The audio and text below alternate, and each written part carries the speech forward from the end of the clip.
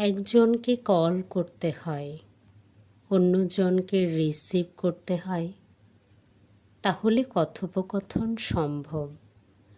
দুজনই রিসিভ করলে কিংবা কল করলে মোবাইল তাদের কথোপকথনের ব্যবস্থা করে দেয় না।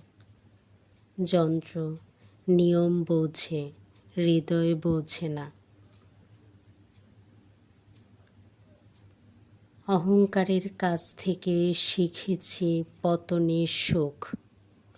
পতনের সুখ কন্ডম ছেঁড়া আর্তনাদের মতো আনন্দে আনন্দে নিখোঁজ।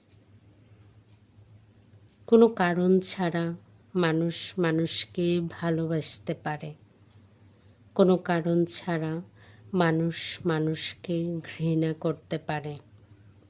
মানুষ ভালোবাসা ও ঘৃণা দিয়ে তৈরি।